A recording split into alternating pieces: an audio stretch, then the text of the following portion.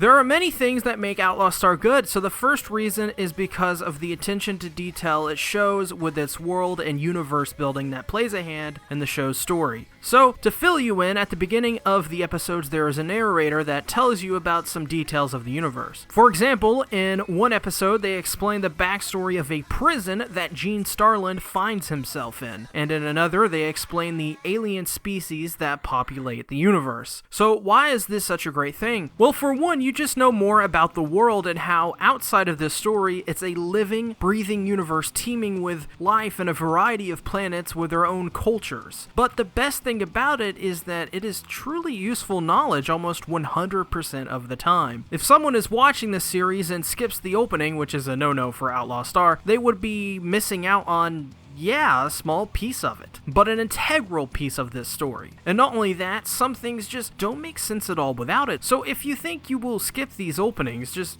don't, as it's important as a viewer to watch them. And speaking of the opening, I'm dedicating a small piece here to this. Just like the openings, the actual opening is unforgettable and an integral piece of this anime. To bring up Cowboy Bebop again, it's like watching Bebop without watching the opening. It's just sacrilege and you're missing out on one of the best parts of each episode. But to talk about it more, this opening comes from the era where they would just splice random scenes into the opening and call it a day. Outlaw Star goes further, and while it does spoil small things like Aisha and Melfina joining and the Outlaw Stars unveiling, it's something that is pretty much unavoidable in an opening anyways, as you want to capture the most unique parts of it to get people hooked. And speaking of, this opening is an all-original animation and captures the best qualities of Outlaw Star. The action, space exploration, and of course, Aisha Clan, the best character. Outlaw Star's opening is seriously a must-watch and has an absolute banger of a hard rock song for an opening, which captures the 90s era of Japanese music where everyone was trying to be and sound like bees because they were taking Japan by absolute storm then.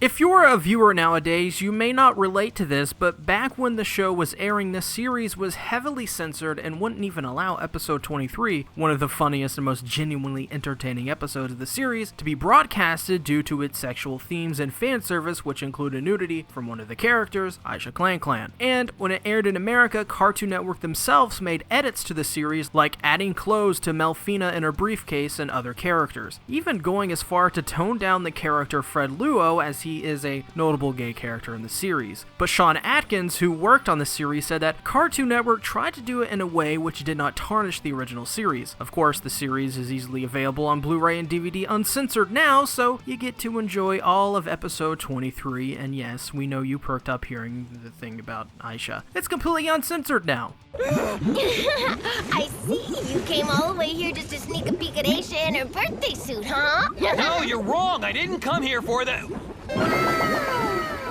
As it goes with human nature, our brains try to find ways to compare two similar things. This is just the way we work, and it helps us decide more efficiently what is best for us. So it's only natural the most influential space western anime in the West be compared against another space western that also came out that same year. And I think these comparisons are awesome because I feel these two anime provide vastly different tones and feel while still maintaining some sort of space, no pun intended. And of course, I'm talking about comparing Cowboy Bebop and Outlaw Star.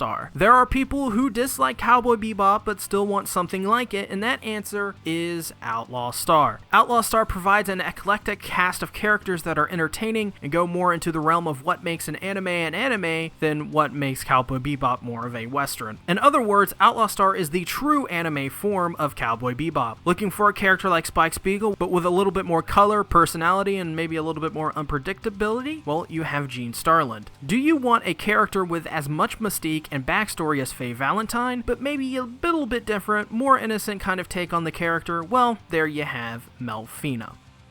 Look at that. Huh? What the hell? What is it?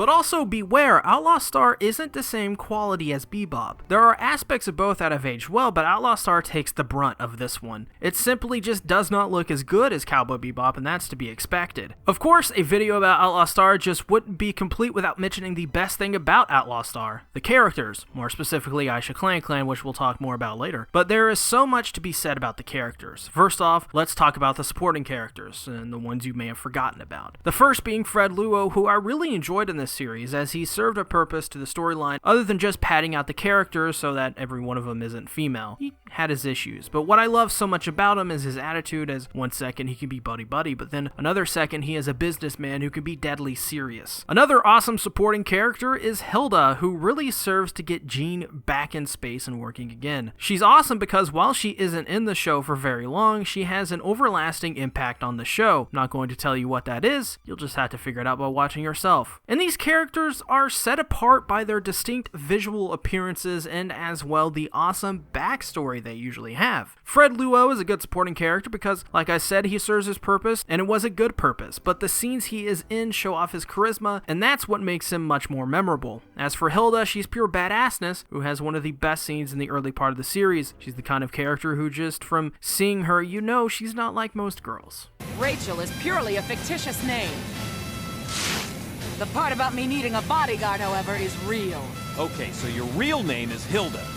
But the best character in this anime are easily Jean, Melfina, and Aisha Clan respectfully. Jean's character arc is incredibly satisfying as he goes from the person who can't find a job to the pilot of the Outlaw Star in search of the galactic ley line, a treasure that divines some people. Jean's character has many themes explored like abandonment and of course transitioning from a young boy into adulthood where things are much more difficult. As for Melfina, I find her character incredibly compelling. When we first see her, she is an android in a briefcase, but throughout the show her character shines probably the brightest as she has to find herself as she isn't human and is even in love with Jean. Melfina's character works because there is a certain unknown about her. She's an android, but why was she created? Why does she have these feelings? What person does she want to be? Just having these awesome scenes where she is questioning what she was made for and her figuring out what role she wants to take in life is some incredibly deep stuff that the writing for this series pulls off usually without a hitch.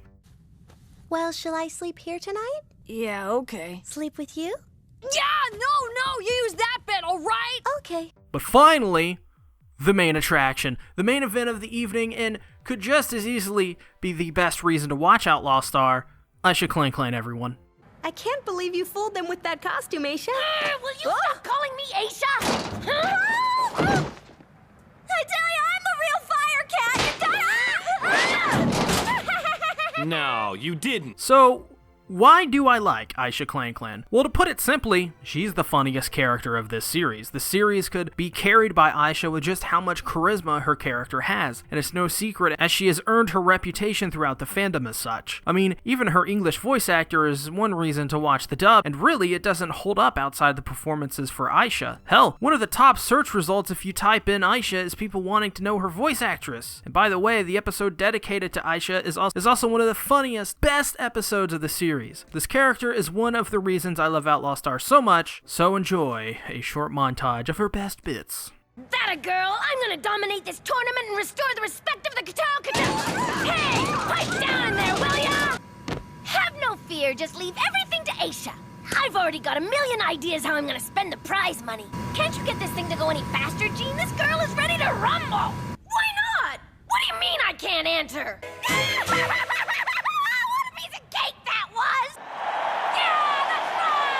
Outlaw Star is just one of those anime that are just shy of being talked about in the same way Bebop, Evangelion, and DBZ are talked about. And the reason I think it's not is because it simply hasn't aged as well and has flaws that keep it from achieving the statuses of the anime I just mentioned. At the same time, it's an anime that many people still know, love, and watch to this day. The reason I think that is because it offers something unique while still offering something familiar. If you haven't seen Outlaw Star yet, what are you doing? Get out there and start watching. You can find it on Funimation now. So with that being said, here ends the first episode of Anime Friday, but tune in next week to watch the next episode where I cover Video Girl Eye. Links are in the description, and tell me what you guys think about Outlaw Star down in the comments below. Did you love it? Did you hate it? Did my video convince you to watch it or not? See you later. Bye-bye.